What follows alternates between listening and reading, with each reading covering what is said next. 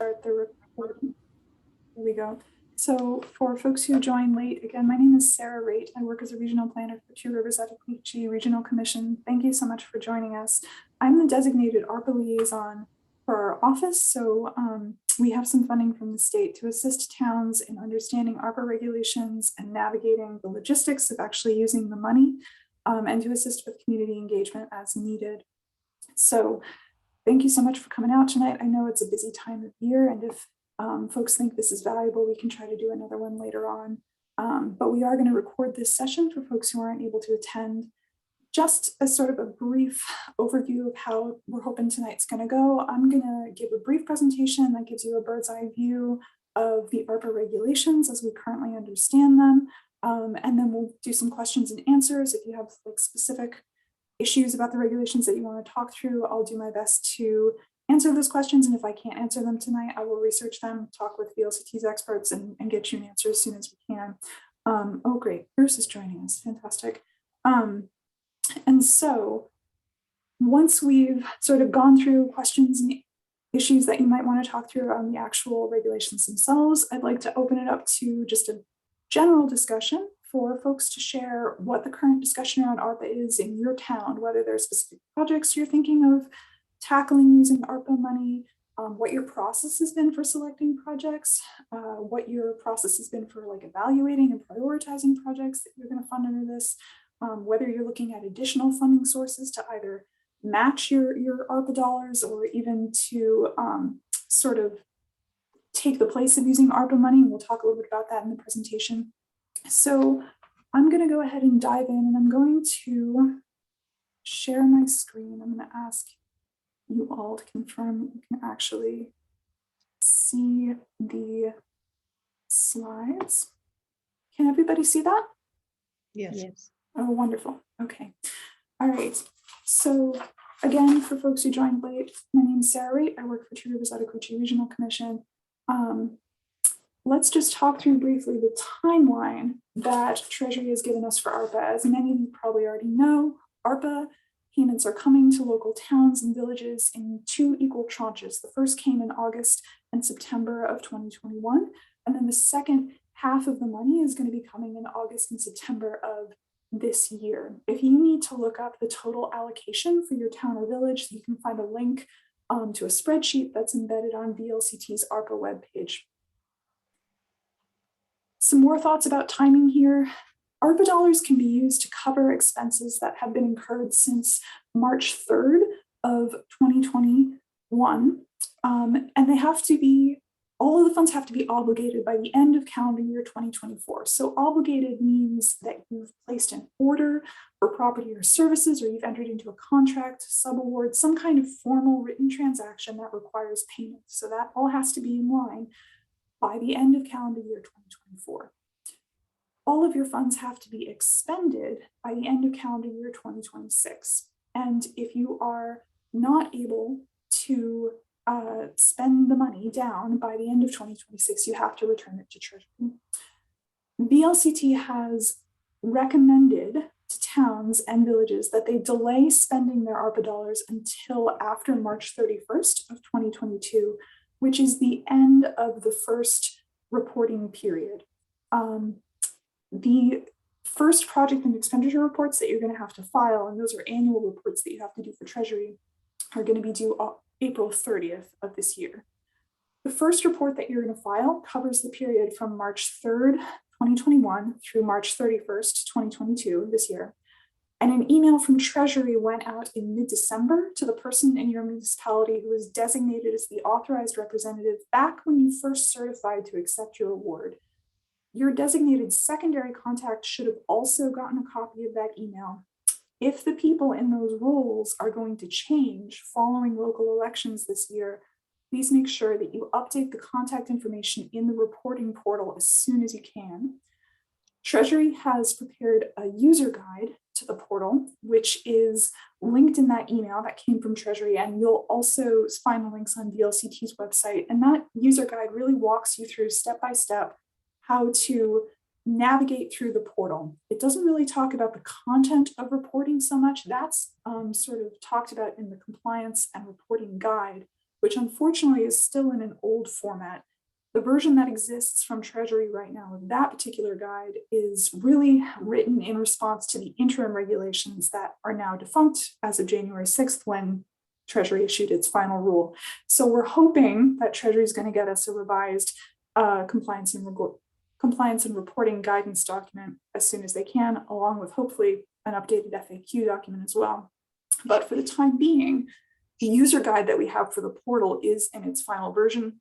And we really do recommend that you go ahead and start reviewing those instructional resources now. And you'll even find some webinar links on VLCT's website if you want to go through some video like walkthroughs of how to go through the portal. There are a number of steps that you have to take before you can actually start preparing your report itself. You've got to register with login.gov, and you've got to confirm your user accounts and designate reporting roles. There's all these sort of hurdles that you have to get up and over before you actually can start working on the report. So we strongly recommend that you don't save that to the last minute. Get yourself all ready to go and primed so that you can hit the ground running come April.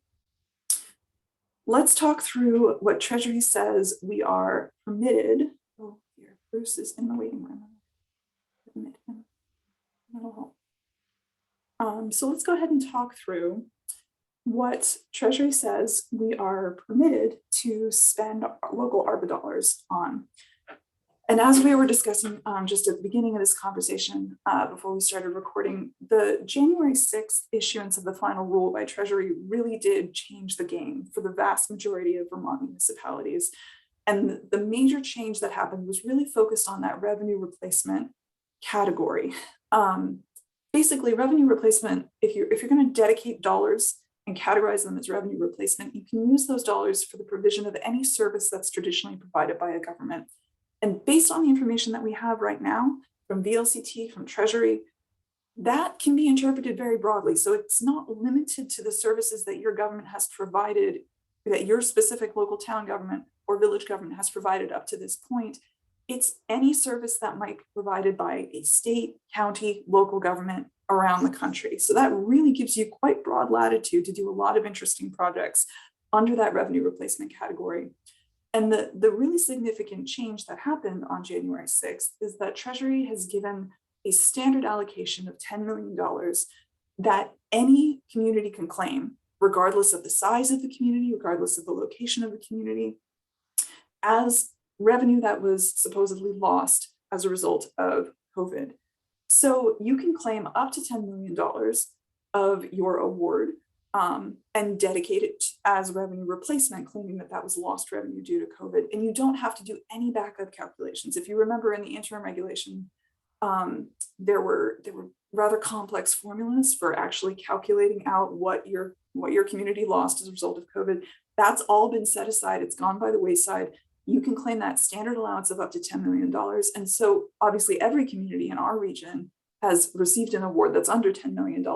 That means that you can dedicate up to the entirety of your award, should you so choose, as revenue replacement, which obviously gives you a great deal more flexibility. And VLCT really is encouraging towns that got relatively small awards to go that route, to go the revenue replacement route, not only because of the flexibility of spending uses that it gives you, but also because the reporting requirements under that category are going to be far more streamlined than they are under the other eligible use categories under ARPA. So for a variety of reasons, revenue replacement looks like it's the way to go. There are, however, still a number of open questions about how exactly it's going to work, allocating dollars under revenue replacement. VLCT is evaluating right now whether there are any accounting or legal pitfalls that might exist that you need to watch out for when you're categorizing your dollars as lost revenue. For example, I know some communities are concerned about triggering a single audit, and that may well be the case if you're also bringing in other federal dollars from other sources. So when exactly, if you're counting dollars as revenue replacement and putting it into your general fund, for example, when exactly are those considered expended is for the audit purposes? VLCTs are grappling with that.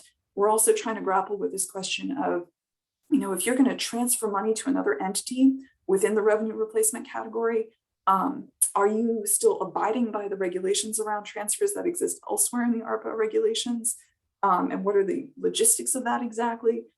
And then also, questions around admin costs. So if you're going to be paying your staff, your town staff or village staff to actually administer these funds and do these projects, can you do that under revenue replacement, or do you have to do that under the separate admin category that had been created under the interim rule? So there's still all these logistical questions that are flying. VLCT is busy, hard at work, talking to lawyers and municipal finance experts about this, and we're hoping we're going to get some more guidance from them and from Treasury in the coming months. So again, the message is hold on if you can, and try to hold off on spending any money until after the end of March, so that you're able to hopefully get a little bit more guidance under your feet. But let's talk through the other sort of few. Sarah, I've got a quick question. I'm sorry if I should just jump in here or not, but will we have access to this presentation? Sure. So this presentation is being recorded and it's going to be posted on our YouTube channel. And I'm also happy to provide the slides to anybody who's interested. So if you want to go ahead and drop. That'll save me from taking a lot of notes. So absolutely. There should be a chat function enabled in this presentation. So if you want to just drop your email in there for me, and I'll grab it later and I'll make sure that you get a copy of the slides. Thank you. Very good. Thank you. So let's talk through the other sort of few categories, the umbrella categories that exist of eligible uses under ARPA. The second of these is pandemic response. So that's responding to public health and negative economic impacts as a result of the pandemic. A big focus of that is direct assistance to households, businesses, nonprofits. Again, this particular category has a lot of criteria that you have to meet around who exactly is eligible to receive assistance, what kind of projects are eligible, what constitutes an impacted business or a disproportionately impacted business. And then there's a great deal of reporting that has to happen around that too, demographic reporting in particular. So these kinds of projects, even direct assistance to private entities, could happen under revenue replacement, right? And you wouldn't have that reporting burden, and you wouldn't necessarily have that many restrictions on who exactly could receive assistance. We're still trying to confirm that with VLCT, make sure that that's all above board, and figure out the logistics of that. But again, that's another reason why VLCT is saying be wary of going under these other eligibility categories, because they really do limit you in comparison to the revenue replacement category. The third category here is premium pay to essential workers. Again, very strict limits on who constitutes an essential worker and how much you can pay them above and beyond their regular salary. Fourth category here is water, sewer, and broadband infrastructure. There's been a lot of talk about that in the media. Again, limits on the kinds of projects that are eligible.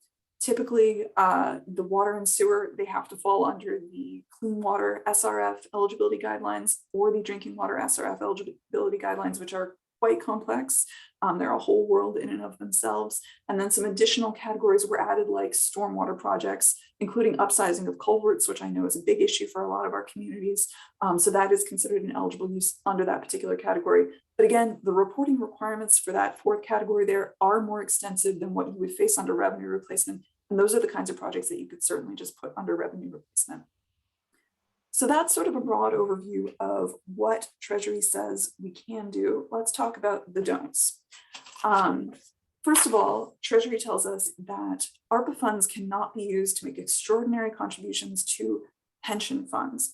So that means anything above and beyond what you would normally be paying to an employee, a town employee, as part of their regular paycheck. You can't use ARPA funds to keep in reserve. You can't use it to replenish your rainy day fund or create some sort of COVID emergency fund that you'll use when you need it. You really need to spend it on a project. Have a timeline. Make sure you've obligated that money by end of calendar year 2024. We can't use ARPA money to service debt, and that's true regardless of when that debt was incurred. So do be aware of that restriction. It means that you're going to have to think about, when you're using ARPA money, it's used as a down payment, right? Rather than sort of engaging a loan service through your ARPA money. Also, Treasury has told us that ARPA dollars cannot be used for projects that undermine the CDC's guidance with regard to the pandemic. So the kinds of examples that have been bandied about really by Treasury up to this point are, you can't build, for example, a jail that would be basically a large congregate facility where you're bringing a lot of people together and increasing the risk of the spread of COVID.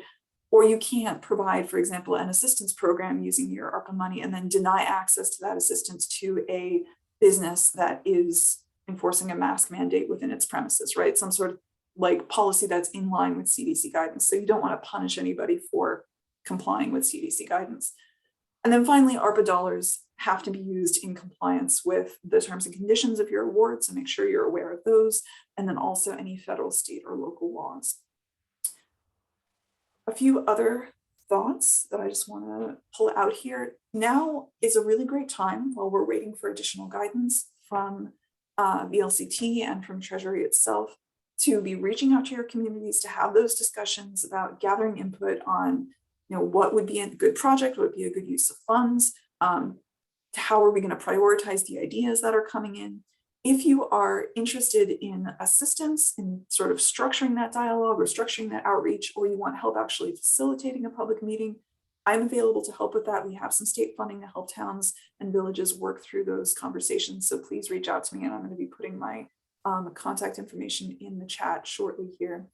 And then the other thing to keep in mind is that there may be other funding sources out there that might be able to pay for part or all of the projects that you're currently thinking, oh, I might want to spend some ARPA dollars on that. I'm going to be dropping a series of links into the chat, and I'm actually going to, in the show here, you should still be able to see the slide, but I'm going to be dropping a series of links into the chat that outline a number of additional funding opportunities. Should be able to access those now. And those particular opportunities are, most of them are linked on VLCT's website. They are tremendously helpful resources for navigating the plethora of grant programs and load programs that are out there that communities can access.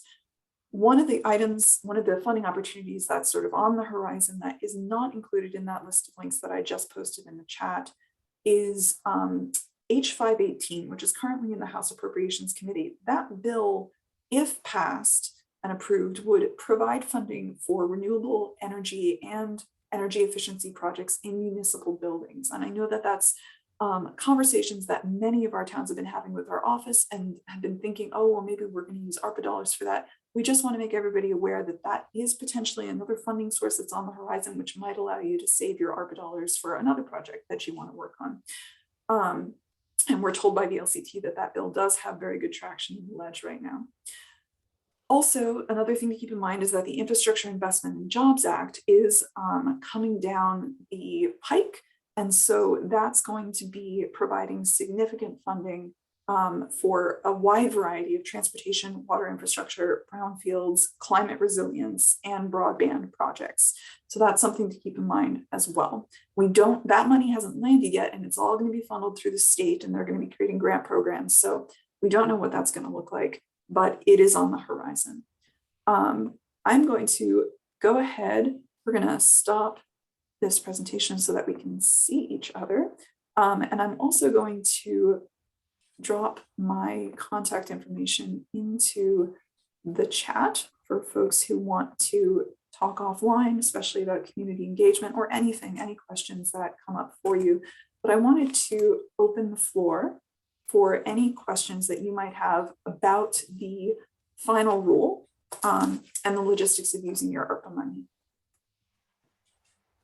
I just have a question. Did you say there may be money coming from the state for energy efficiency upgrades of municipal buildings? Is that That's what you just correct. said? Yep. And what's correct. that called? Is it? H518 is the number of the bill right now. Yep, it's in House Appropriations Committee. Well, that was money we could use without leveraging ARPA money, just as a separate thing to help meet the energy standards the state wants, or is this something we would have to leverage ARPA money for? So my understanding is that's an entirely separate pot of money. I don't know if they would require a match, in which case you might need to use some of your ARPA money or other funds to do that. Okay, thank you.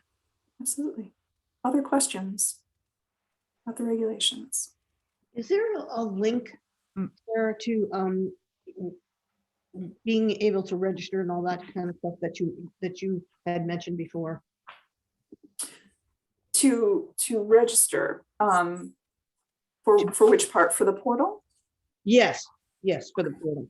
So that link should be in the information that Treasury sent to your designated representative for reporting.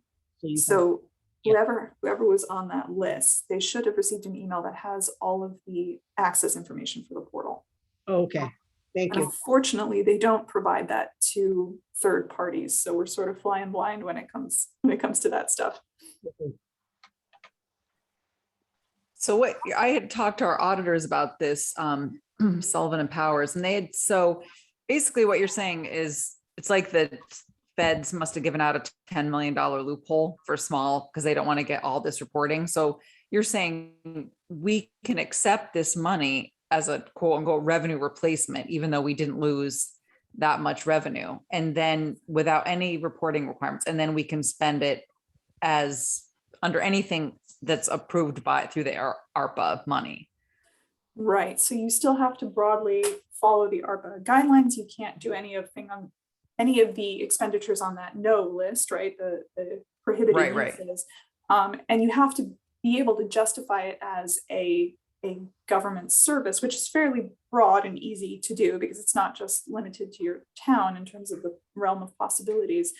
But in terms of reporting, my understanding, and I've watched the Treasury's webinars on what reporting for lost revenue would look like, and it's really quite simple. It's saying, are you claiming any of your dollars as lost revenue? Please enter the amount that you are claiming as lost revenue. And then it has just a text box, blank text box, and it says provide a narrative for, let me see if I can get the actual wording for you. Provide a narrative of the government services that you're funding effectively. So Bethel has water sewer. So our plan, kind of the one we've talked about just on the board, is to take this money and use to, replace sewer pumps. I've got like an estimate of like 110,000 to replace sewer pumps. Mhm. And I have a huge generator that needs to be replaced, the roof on this, like to do some infrastructure work within sewer water. But the town, it's still a service the town provides, sewer water, even though, it's all under one umbrella. It's not its own separate entity. Absolutely. But the piece I'm curious about is the community engagement piece. Is this, we just have to talk about it at select board meetings? Do I have to do a mailer? Is there hoops that we have to jump through to adhere to the rules of community engagement? I keep hearing about community engagement, and I'm sure Betty can tell you, there's not a million people attending our select board meetings. So I'm curious what that has to look like to adhere to the ARPA rules. So ARPA is maddeningly unspecific, right? When it comes to community engagement, nice. It's sort of referred to as a best practice. So really, I think the bare minimum that you should do is you should have a public meeting at which this is discussed, and you do welcome public comment on it, right? Right. The sort of next steps above that would be to have a public hearing, to have an actual community forum where you're talking through ideas, that sort of stuff. And as you sort of step up that ladder, it does get logistically more complicated, and Two Rivers is available to help with that if you want to go that route. And I know that a few communities in our region have already had those meetings, and they've asked me to join them and sort of facilitate community input around this stuff. And then they're sort of taking all the ideas that were gathered and they're winnowing them down, right? Often in a committee format.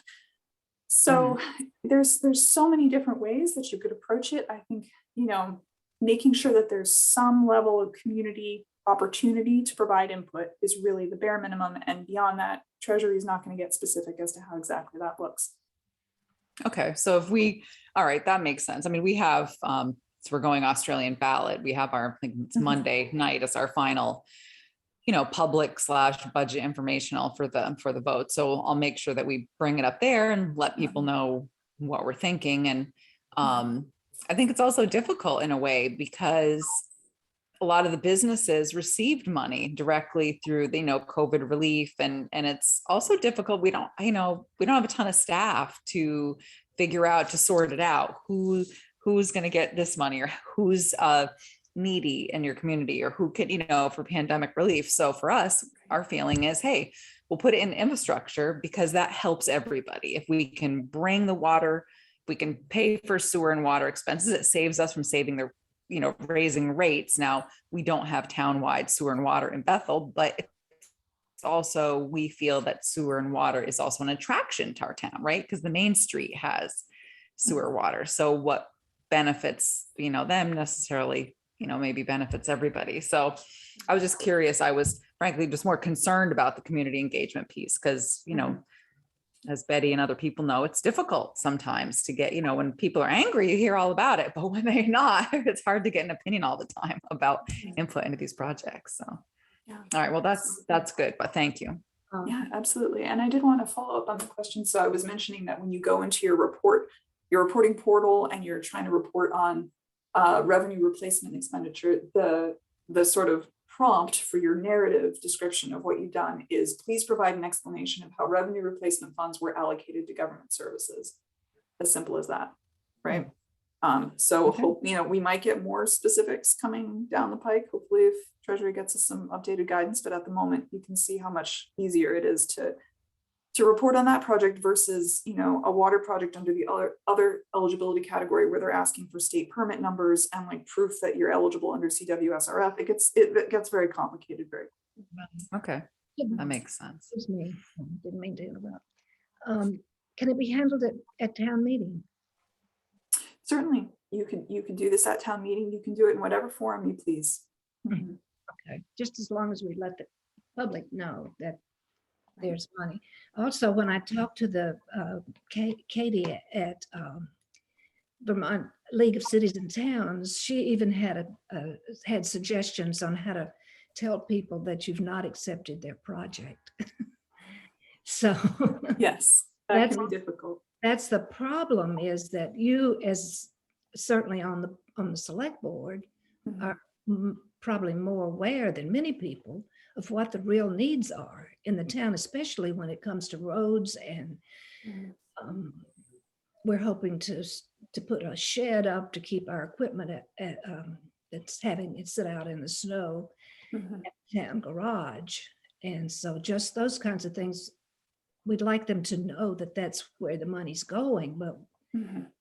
you don't want to run into a lot of, well, we don't need a shed. They can sit out in the yard, They can't go in at 1 o'clock in the morning. They can't start the equipment because it's cold. So Right. anyway, that's just, you can see that maybe presenting a slate and calling for from the floor, ideas from the Mhm. floor might help. But as long as we get it out there, Mhm. that's the point. Okay.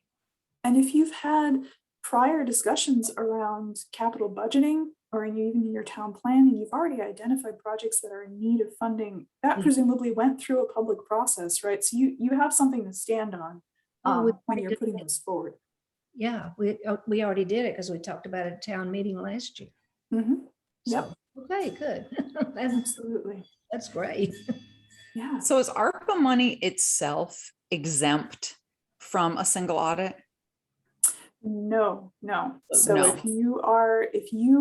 when you tally up all the federal dollars that you've Right. gotten, if you pass that $750,000 threshold, you will need to run a single audit. And any sort of subrecipients that you have under ARPA are also going to be subject to those requirements. So it can get complicated. We just aren't entirely certain yet with the revenue replacement category specifically if you're going to be sort of putting it into your general fund, is that when it's considered expended for the purpose of the single audit tally? Or like, does it actually have to leave your account? That's what we're trying to figure out right now. Yeah, we're having a single audit done now, and it certainly is in the fiscal year in which you expend it is Mhm. when, it counts. But you could also use that, because the single audit is not cheap, 7 to 10 grand at least, is what we're looking at. But you can also, if we accept this as revenue replacement, then we could use some of the ARPA money in a roundabout way to pay for the single audit. Absolutely. But of course, it depends if you have other projects, right? Because whether or not, Right. hopefully you're not hitting the 750,000. We only did hit it because we had a $2.8 million water project. Otherwise, we wouldn't have hit 750,000 in expenditures. But So that's, yeah, I thought the community engagement piece was going to be a lot more daunting than that. So I'm happy to hear that it's not. Just one more point. When we're talking about individuals who need help, when I talked with the League of Cities and Towns, the state of Vermont has $55 million right now to help single family, low income, to pay for mortgages, to pay for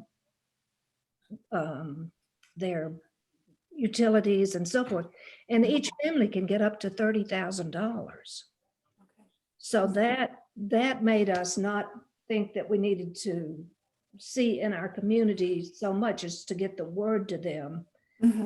People who, for instance, people who haven't been able to pay their taxes, that's a link right there that they need. And if they haven't paid their taxes, they can get help to pay their taxes. So I know that's a little off point, but it does relate back to ARPA. Absolutely. That's a really excellent point. Thank you, Betty.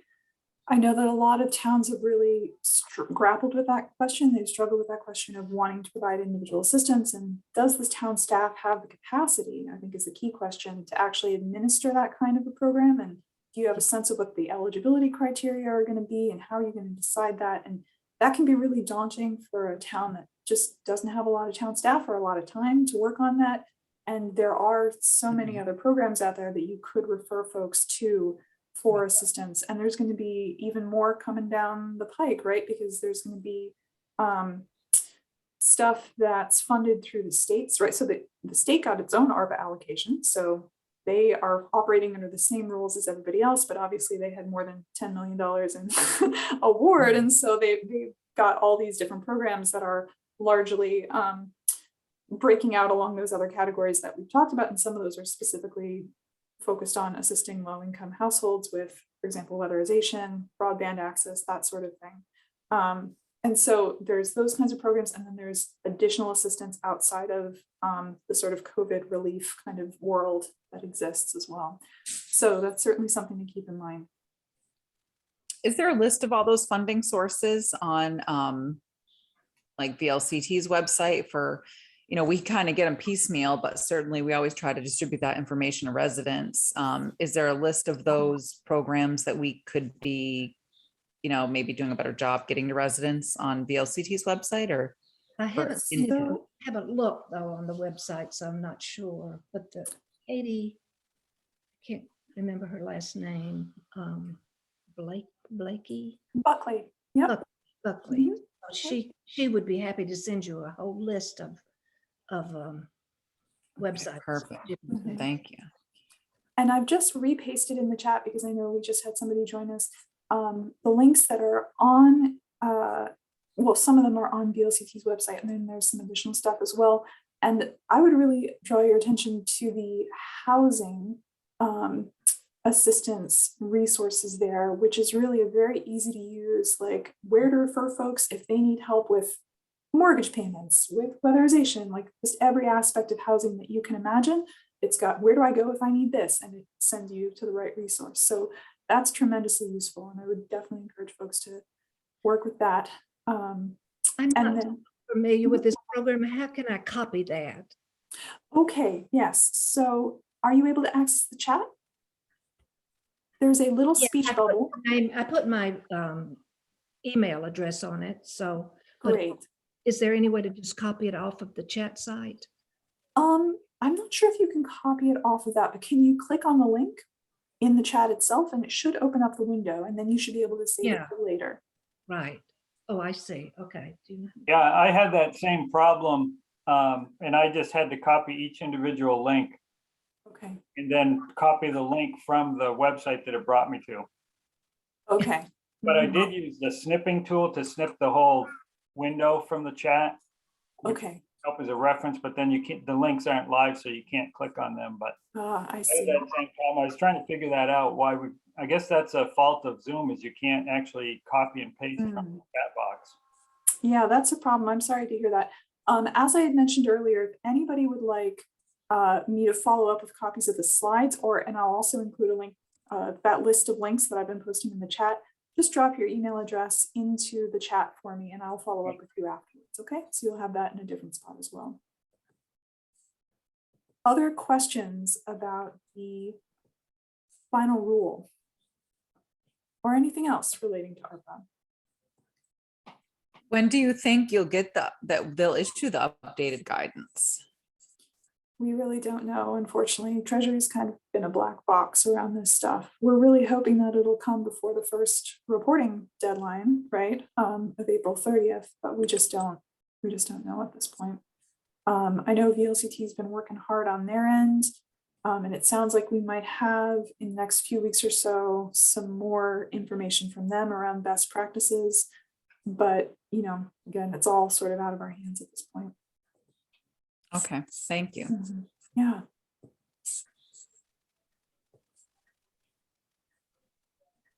So it sounds like maybe no more questions for the moment.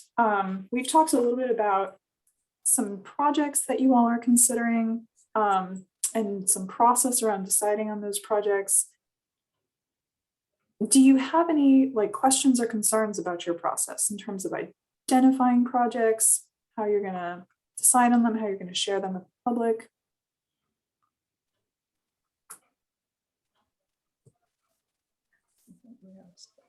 And I think that this is by need, right? I mean, I think, let's face it, we all got a nice chunk of change, but we probably all have way more need than what we got. It's going to be a matter of Yeah. we could use 5 million. I'm sure Brookfield and other towns could, then you really got something. And so for us, it's a matter of what can we fully take care of or leverage the money to use. I mean, obviously, we talked about it not touching broadband because the governor had set aside so much money for broadband. And what can we do as a small, community? For us, it was what can we take care of now that's not going to impact the tax rate as much down the road. So it's a it's a rotating list of need, right? Yep. Absolutely. Yes, we had the same thing, after we did all our projects. We had more projects than money, even though it seemed a lot for a small town. Yeah, especially infrastructure projects are just so expensive. Right. Yeah. What other, I know Bethel has shared water and sewer, and Brookfield, you mentioned a shed. What other kinds of projects are you thinking about right now? What's on your short list? Yes, we're going to put in a well, two wells actually, one at the town clerk's office and one at the town garage. When we had a drought a couple of years ago, both wells went dry. And recently they turned on the water at the town clerk's office and sand came out. So that's a real need right away. Absolutely. Yeah, I'm impressed at how much work you've already done in your towns because we just basically had our first meeting and we're just getting organized. But even at that meeting, we found out what you mentioned. Is it Teresa or Teresa? Therese. It's Therese. Yep. Yeah, that there's already so many existing projects that it could be used for, but it wasn't a whole lot of specific projects that we talked about, but it's helping downtown businesses, improving infrastructure for walking and biking, trying to get people out of cars. I'm not even sure if those qualify yet for sure, but those are some of the ideas that we're kicking around. And we do have some water and sewer projects that it can certainly help with as well. But yeah, it sounds like a big chunk, but there's a lot more need than money even now, but it certainly will be a big help. So we're just interested in hearing a little bit of other people's processes, what's worked, and what type of projects you're looking at. So, but again, good job being way ahead of this, way ahead of this town. But I think it'll go pretty quickly. And we did actually make a strategy to kind of sit back a little bit and wait, exactly because some funds that have come in before with other grants changed once the game was in play. So there were some experienced people on our in our office that said, hey, let's kind of hang back a little bit and make sure this doesn't change before we get started and go in a certain direction. So I don't know if that will be to our benefit or not, but we'll see. So. Yeah, it's hard to know. I mean, for us, it was, because at first the reason we started early talking about it was because when it first came out, right, it was like water, sewer, broadband. Well, once you figured out you couldn't maybe deal, and there was some other stuff, but for us, it was like, okay, if it's not broadband, it's water, sewer. And then, we have an aging system that hasn't been maintained. So it's, we just did a $2.8 million project and are working already designing the next, phase, which is over $1 million itself. So it's like, okay, what do you do? And it just seems like everything is just like everything's getting older. So it's hard to deal with. And at first they were talked about when it first came out, we weren't necessarily gonna be able to do road infrastructure. And so that was tough. Then they also had said we could only, when it first came out, sewer water was only to build new stuff. And we're like, we don't need new stuff. We need to fix what we got. So you're right. I mean, I'm glad we haven't spent any money because it's changed so much since it first came out. Yeah. And we are going to see additional funds come down the pipe too through IIJA, through the Infrastructure Investment and Jobs Act. And Jeff, when you were talking about sort of alternative transportation projects, active transportation is going to be a big focus under IIJA. So I expect you're going to see some grant programs shaking out for that, for bike and ped, safe streets, that sort of stuff, park and ride. And what was that group again? So the Infrastructure Investment and Jobs Act, that's the federal act that just recently got passed. And it's going to be pouring a whole lot of money into the state, and then the state's going to be sort of doling it out through grant programs of one flavor or another. They haven't been stood up yet, but there will be a lot of money in there for transportation, and that includes maintaining highways and bridges, as you've probably heard through the media. So those, and also electric vehicle charging, that sort of stuff. So there's a lot of stuff that's coming through. The one thing to remember though, is it has to be committed in 2 years. And that, Right. and that sounds like a long time, but when you're working on these big projects, it's not a lot. And then you have to have spent it at 2 more years. So Right. the Yeah. commitment has to be made in 2 years. So Yeah. So for infrastructure projects, certainly it's important to be getting out as soon as you can in front of those. So it's a weird catch-22 if you're hoping that other funding's going to come through. And there's no timeline on that, unfortunately.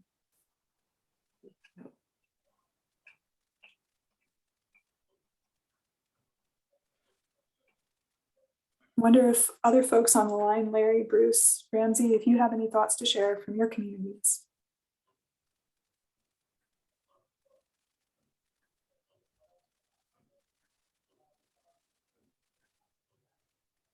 No pressure if not. Has anybody started looking at the reporting portal? Has anybody started grappling with that user guide or any of that stuff? Okay. No. For those who joined late, just a reminder that that first report is going to be due April 30th, and there's some sort of legwork that you have to do before you can actually get into the portal and start working on the report. You have to sort of authorize your users and register for an account, and there's just some hurdles that you need to take care of. So do try to get those done sooner rather than later, so you're not putting it off to the last minute. And there is a helpful user guide on BLCT's website. It's linked on BLCT's website, along with webinars that sort of walk you through step by step going through the portal. So we encourage the folks who are the designated reporters for your community to familiarize themselves with those resources. better do that because I'm going to be leaving. Yeah, yeah, definitely. And also for the folks who joined late, if you anticipate that the authorized representatives that you sort of designated when you certified for your board are going to be changing following local elections, make sure that you're updating that information in the portal as soon as you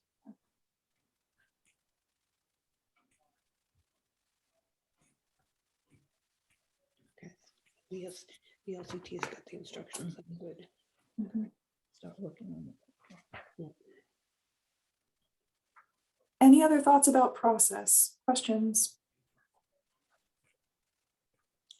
I don't think so. I don't think I have any. It's been a big help. Thank you. Yes, it has. Um, Happy to hang on the line if anybody else has anything else they want to talk through, and if not, then we might just end early.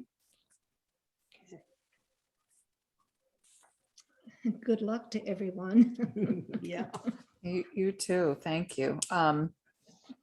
No, I think that's helpful. I'm curious. I'll follow up on H5118. Like Betty, we need a new town garage. I know, I am a Brookfield resident, actually, even though I'm the town manager in Bethel. So I know you guys have had a struggle about that, which I think you were right all along. So about your town garage, but, or our town garage, but Bethel's trying to do the same thing and build a new garage. So I'll be interested in some of this. We're also trying to do some energy efficiency upgrades of the town office. So I'll be interested in H5118. I'll follow up with our local rep, Kirk White, and see what I can find out about that. But it would be nice. So the hard part is you don't know when this money is going to pass. And if it passes, how long until it funnels Right. us, right? I mean, because if that, and you said the Infrastructure Investment Jobs Act at the federal level passed, but Right. I was at the state garage in Royalton, and there was 5 guys there from the state, Chris Bump and Mike Mhm. Blakesley and some others. And I'm like, so how are they going to funnel the money? Are you going to give like more structures grants, more paving grants? Or are you going to like use the process that works and then just allocate more funding? And they said they didn't know how that money was going to get to us, if it's going to be new grants or funding the same process that we're all aware of. Yeah, there's definitely a lag time. Have you Absolutely. heard anything how the state thinks they're going to get the money to municipalities? No, I mean, I attended the webinar that happened a while back, and they had representatives of each agency that was going to be receiving money, sort of talking through the broad categories of uses that were eligible for that funding. But they all had the same message, which is that they're still trying to figure out the structure for delivery of those funds. Yeah, I wondered. I'm hoping they go through a structure that already exists that we're all familiar with, because I know we applied for a big VOREC grant and they were finally putting out emails saying, don't contact us. And they're still Mhm. trying to sort through that process because they were given money, had to spend it so quickly.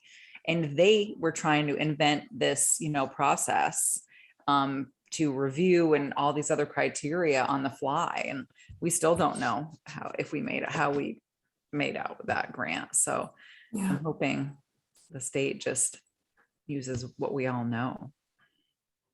But Therese, have you been working through the state's CWSRF and DWSRF funds for the projects that you've been working on? Yep. We went through the drinking water state, because what we did was, that's how we did our $2.8 million project. Obviously we did a bond vote and we had money through there because you can, if you have, depending on your community, we got different pots of money, like a 25% of the project, 50%, because if you have eligible, because it all depends on your per capita income. And then when the presidential election was going on, a lot of times when presidents come in, they all push, big projects, right? Like when Obama, we had all the ERA money, and I did a project in another town, we had like 50% forgiveness. So we end up borrowing more money through DWSRF, through their state revolving loan fund for planning, because they give you a really good deal. You have like 5 years, and then sometimes there's no payback or a reduced forgiveness if you wrap it into a bigger finance project that you do with them in the bond bank. And so we moved to full design, just on the off chance that if all of a sudden they come up with money, generally they have to be shovel ready. So we push to full design. We're like 80% of our next phase, so that if they come out with it, we have the money, or we can say, we're shovel ready and ready to go. So it's actually nice. I think it's a good process. I mean, you have to get on the priority list, which we just, we do. But we have a good engineering firm that we use, and they've been helpful, but I think the process is, pretty streamlined, pretty good. Their state easy to deal with. So. Yeah, absolutely. I know they've certainly been a good resource for us and Mhm. sort of navigating town questions around financing options. Yeah, One of the things I will say about using ARPA dollars as match, if you're trying to braid funding streams together, is just make sure that you've talked to the other funders and that it's okay to match ARPA dollars with their program. Unfortunately, there's no one size fits all rule for ARPA dollars. It really is going to vary depending upon the agency that you're working with. So just make sure that you've double checked those other funders if you're going to try to use your local ARPA dollars as match. okay, good point. Excellent, thank you. And Jeff, I was just going to ask you, are you on the select board in Randolph or No, I'm on the planning committee. planning committee? Yep, and also the ARPA fund committee that we just formed. I just want to make notes in case I need to call and ask Sure, anytime. Yep. You're in Brookfield? in Brookfield. Right. Okay, great. You must know Gary Durr. I don't. Where does he Oh, live? okay. He's on the energy committee. So and I thought he was just up there. Maybe he talked to select board. I'm not sure, but he's, Yeah, I didn't. I've only been on the board since October, but okay. I'm not sure when that was, but you'll probably meet him at some time. Gary, yeah, I haven't met Therese either, and she's a Brookfieldite. She knows which town to live in. Yeah. yeah. Well, our select board meetings are the same nights as Brookfield, so I can't attend because you meet the same nights that I'm meeting in Bethel. So we kind of laugh about that. I'm like, one of these days we'll have an off night and I'll be able to attend, but On town. Yeah. yeah. Good. Well, thank Has- you. Really quite good. Yeah, thank you. That's a lot of great resources. Appreciate Yeah. that. You're So, very welcome. And please don't hesitate to reach out if you have anything you want to talk through, anything comes up.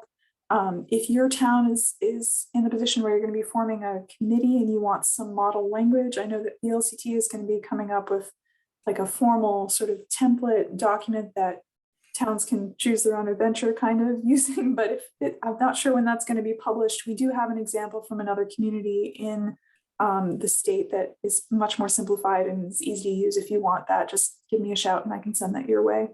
I'll And yeah, definitely be in touch with you. absolutely. Yeah, please don't hesitate to give me a shout. And I will, as I promised, email you. If you put your contact information in the chat, I will email you the slides as well as the links from this evening, and we can continue the conversation. Great. Excellent. Thank you. Thanks. Thank you all. Take good Thank you very care. Thank you. Bye-bye. Get your shovels out. True.